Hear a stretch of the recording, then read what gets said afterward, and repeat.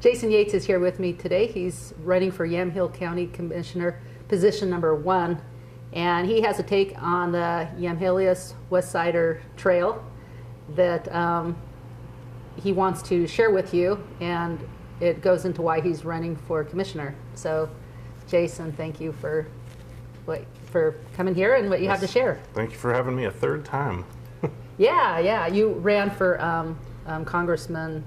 Ran for U.S. Congress in 2014 against Suzanne Bonamici, one of the only Republican candidates to beat her here in Yamhill County. Wow.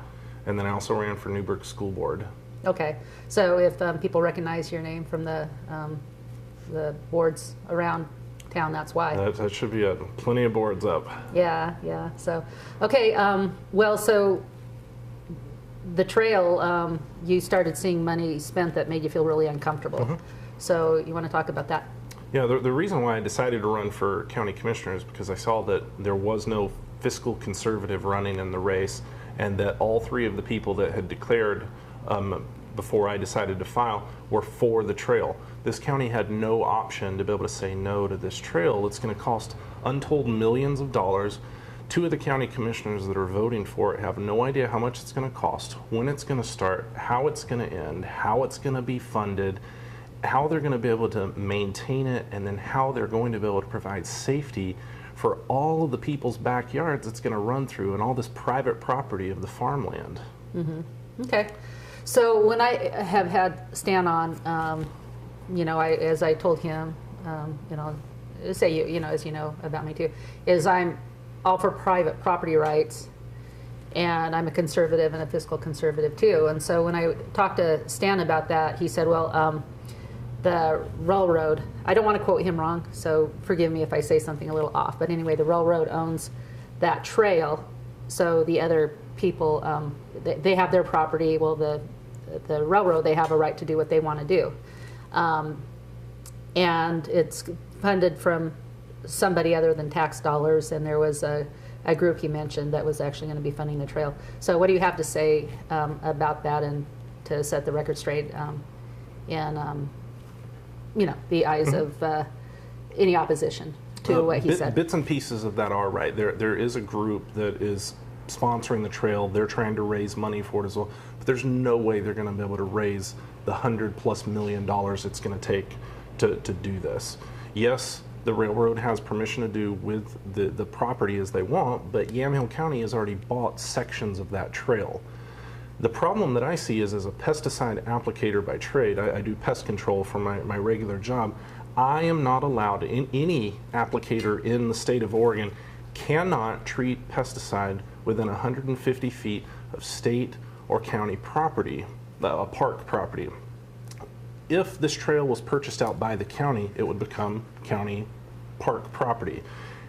I would not be able to treat almost half of Carlton. There's a 300-foot swath right through Carlton where the trail goes through, that if they call into my business and ask me to come out, I'm going to have to turn them down and say, no, I can't do it. No one in the state can do it legally. And so that's a problem that I see just from my trade point of view. But with these trails, none of these trails that have cut through little towns like Carlton have ever succeeded in Oregon. There's always been trespassing, there's always been trash left behind. One of the people that live on the trail I spoke to earlier today, the proposed trail goes right through their front yard. Well, the bikers there in Carlton already use the trees in his front yard to use the restroom. Now, if these are just the people that are coming through now, how many more people are going to be once this road is actually paved? My church does a yearly cleanup also in Carlton. We cleaned up the trail, about a 500-foot swath last year. We found 18 hypodermic needles, just in a 500-foot swath.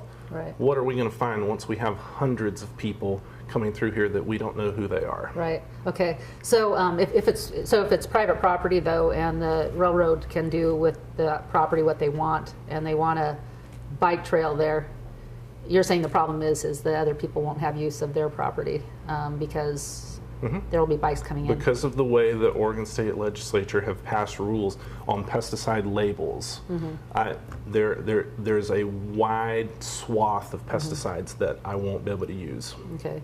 And now Stan, he said that they would designate certain days of the year to do pesticide control, and people can have their walls or put trees around it or whatever if they wanted to. Is that still a problem? He can try to do that, but in the pesticide control industry, the label is the law. You mean you still can't? You still cannot do it. The label is the law. It is a national program that these people have to go through to get their pesticides certified.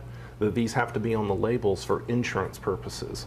So if we're treating, if a person that their property touches the trail, puts pesticide on their property, and then someone gets sick that came by on the trail, and they can track it back to them, then it goes on to the pesticide company, and then that pesticides company is out of business. Wow. The homeowner can be sued. Wow. It's just not good. It opens up a big can of worms. Now, the way to solve this is if the trail wants to be done and there's enough people in this county that want to do it, privately fund it. Make it a privately owned trail, then it's not under those same laws that Oregon and the national pesticide people have to follow. Yeah. Now, if you're running for, I mean, if you win as county commissioner, is that something that you might look into? If the trail's already on its way, is there a way you can change that to have it privately funded? If people want to privately fund it, I am totally on board. Okay. But I just don't see that this is a big enough biking community here in our county. Most of the people that are going to bike on this trail are going to be coming in from the other counties. I just don't see a way that I can justify taxing 100,000 people in this county so that a few hundred people can ride on a trail. Okay. One of the things, we're limited on time, so we better kind of shoot through this. ODOT is helping fund it? It will become that once it is actually a trail, but until it is that and it's actually mode of transportation, it would not come under ODOT control. Well, so I understand, I don't know if this is what we're talking about with ODOT or if it's something else we had talked about, but somehow there's going to be some funds that are coming in to help pay for it. But what that does, because those funds are coming in, maybe it's not our tax dollars, but it turns it into more public property, which means that eventually they could send Metro in if they wanted to. Unfortunately, that is what will happen. That's very scary. Our county will not be able to afford funding this trail for very long, 10, 12 years tops. Then Portland Metro is going to sweep in, they're going to buy it, and they're going to turn it into light rail. And then now you're saying they are like it's a fact. I mean, how it is. I mean, if you look at the paper trail and what is going on with all of these other failed trails, they've always been purchased out. That's how the light rail comes in. I mean, there's railroad tracks already laid down. Metro has a history of helping people fund their private trails, and that's how they do that. Yeah, because they know that Yamhill County cannot afford 17 miles of upkeep. And we're going to have to build it wide enough that ambulance and fire trucks can get down it. We're going to have to make sure that the police can actually secure it. If there's injuries out there, the insurance rates are going to go through the roof. We just cannot afford this. Okay. Well, we're low on time, so is there anything else you want to add to your campaign? Yes, I'd like to ask people to go to Yates, the number 4, yamhill.com. They'll be able to see where I stand on all of the other issues, why I decided to run, and some other important things. Okay. All right. Well, thank you, Jason. Thank you. Okay, so you heard about a conservative perspective on the elections, the primary this May 15th. And there are 2 Republicans running. Stan is running for re-election, and Jason is running as a more fiscal conservative than Stan. So you got to hear Jason's point of view, and I encourage you to do all the research needed to get a sound decision.